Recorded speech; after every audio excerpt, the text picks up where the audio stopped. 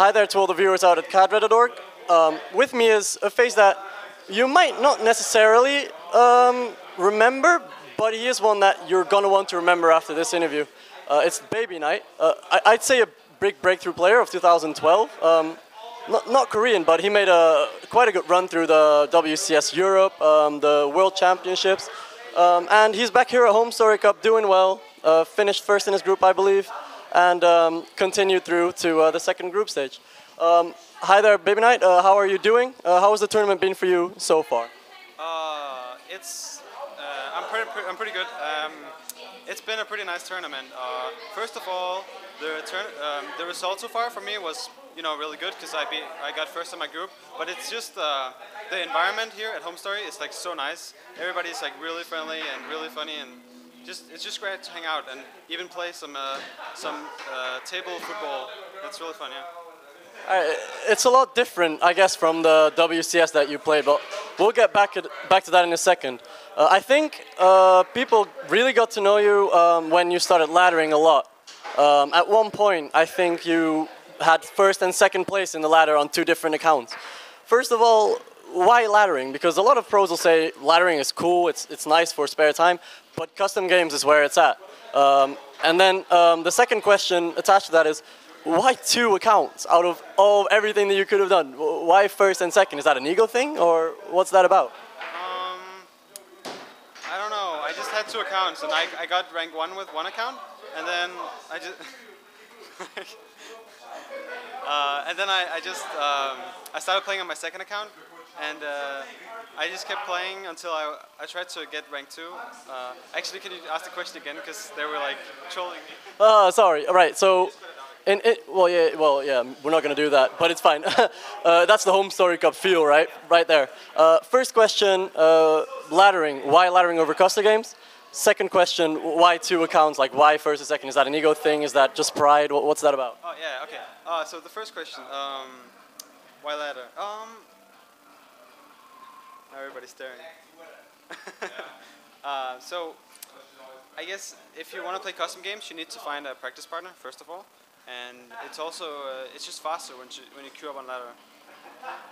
And yeah, the second question, 1 and 2. I got rank 1 with my FXO account, I guess. And then I was kind of bored, so I just played on the other account, and I got rank 2. Yeah. Was it because people weren't good enough, basically, to keep you back? I guess, I don't know. I mean, I used to abuse a lot of things on ladder before, like close positions. I would do abusive builds and stuff like that. So I wasn't necessarily doing the best practice for tournaments. I was just like, just trying to win, I guess. But now I don't really care so much about ladder, especially because I already got 1 and 2. So I just play to practice for tournaments now, which. It kind of sucks to play ladder then, because sometimes you do get like maps you will never play in tournaments, and you get close positions in Tomb Valley, stuff like that. So it's not always the best form of practice, but it's very fast to queue up and just meet someone. All right. So let's talk a little bit about Team FXO then, because as you said, custom games can help a lot, but you need to find practice partners. And I know that in Team FXO there's not a lot of other pro tosses to back you up, but they do have some decent Cirques, some decent Terrans. How do you? It's a team as well that isn't really in the prominence as much as like a team like Liquid, Fnatic. FXO is a little bit in the background.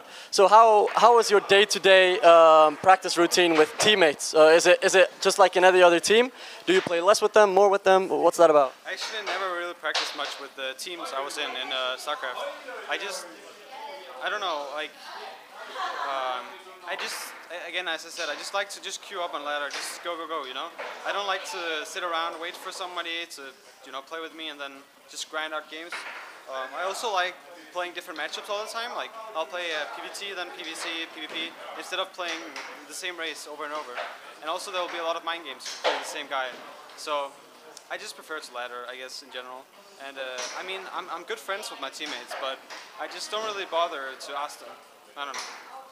So after laddering a lot and getting all those rankings, I'd say your breakthrough event would be WCS Europe. You really caught everyone's eye there. Why was that tournament? Would that turn out to be your breakthrough event? Was it like a perfect combination of like the event was well hosted, maybe it was less travel, or was it just pure random that it was this event that you broke through and not another one? It's a couple of things really. First of all, I lacked some experience in tournaments in general. That's why I didn't do all that well in some of the previous slams, because I just didn't have the experience. So, you know, when I was at WCS Europe, I didn't feel as nervous, I guess, and as I don't know. I just had a different feel overall, a different mentality when I was playing, and then also. What was the yeah, I just think the experience thing is like so important. Can you ask the question again? I just forgot the question. Basically, what factors contributed? So you weren't nervous, but was it maybe like organization-wise, maybe travel-wise, that you were in the perfect state to play? Yeah, I just thought of it now. Like, I just joined FXO pretty recently, and it took a lot of pressure off, because before FXO, I was like searching for teams, and I really needed to do well in tournaments, so I had a lot more pressure. But like after I joined FXO, I didn't have as much pressure because I was already in a really good team, so I was just more free to just play and have fun and that kind of thing. So that helped, and yeah. So you'd say before a little bit of a lack of experience and a little bit of a little bit of nerves maybe would have contributed to those bad lands.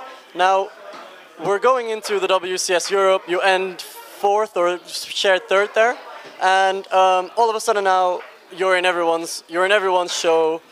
Everyone's saying BabyKnight's the next big thing in Europe. Does that add a little bit pressure again? Like, do you think all of a sudden now you're so in the spotlight that you're kind of choking out maybe? Yeah, it does add pressure, but the thing is now I have that experience. Like, I have a lot more now, so that pressure is a lot easier for me to bear than it was previously when I didn't have that experience. So it's actually fine for me now that I have some pressure. Yeah. All right. It might even make me better. Yeah, but why does it make you better now, and doesn't it make you better before? Because again, like, what? The experience. Yeah, the experience. Like, before I was so nervous that the pressure just added, like, it made me even more nervous, I guess. But now I'm like almost not nervous at all. So maybe some pressure is good, because I think being a little bit nervous is okay, because you might even perform better, I think. All right. Just speaking from like experience, I guess. Okay.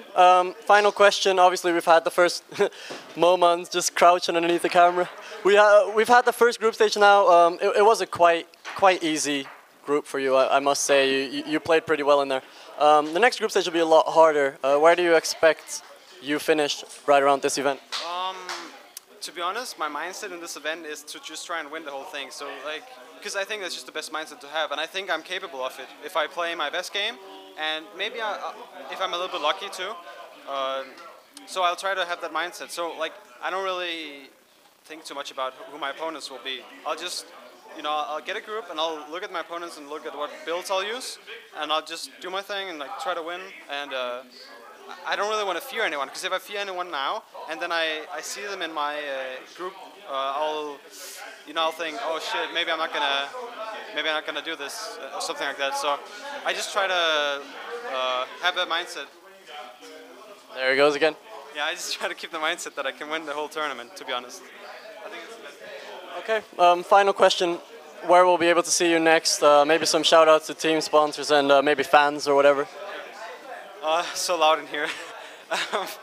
I can't hear myself think.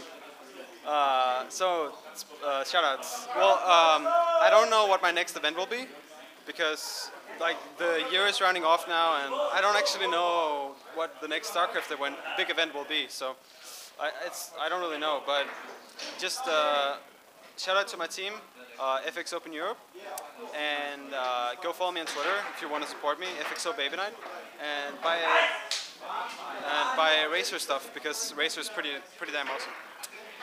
All right. Thank you for the interview and good luck in the rest of the tournament.